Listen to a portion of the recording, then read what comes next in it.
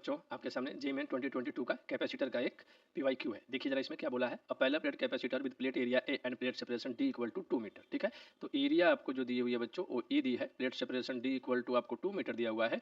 Capacitance of 4 microfarad यानी सी not की value अगर मैं कहूँ तो 4 माइक्रोफैरड दी हुई है बच्चों। क्या ये बात समझ में आ रही है? और सी नॉट इक्वल टू हो जाता है A epsilon not upon D, और ये आपको दिया हुआ है 4 माइक्रोफैरड के इक्वल। तो अगर मैं यहाँ से देखूँ तो A epsilon naught equal to हो जाएगा 8, क्योंकि डी की वैल्यू कितनी दी हुई है 2, तो ये हो जाएगा 8। बस इतने की वैल्यू आप याद रखिएगा। ठीक है, चलिए अब आपसे बोला है कि the new capacitance of the system is the half of the space between them is filled with the dielectric material of dielectric constant आपको दिया हुआ है बच्चों 3। तो चलिए कोई मीडियम इंसर्ट कर देते हैं, तो उसकी कैपेसिटेंस का फार्मूला होता है C M equal to A M मतलब मीडियम के लिए। ठीक है, A epsilon naught D minus T plus T by K.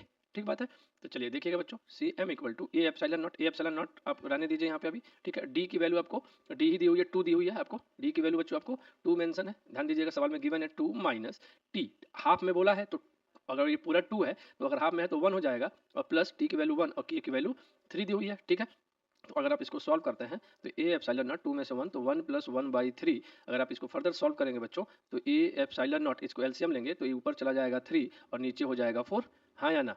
ठीक है, अच्छा ए एप्सिलॉन नॉट की वैल्यू आपको दी है 8 और ए आपको दिया हुआ है 3, ये आपको 4, तो 4 से कैंसिल हो गया, आपका आ गया 6, यानी कि सी एम इक्वल टू आ गया 6 माइक्रोफैरड। यानी कि डायलेक्ट्रिक इंसर्ट जब हमने किया तो ये आपका आंसर आ गया बच्चों 6 माइक्रोफैरड, और 6 आपका है सी ऑप्शन। राधे राधे बच्चों।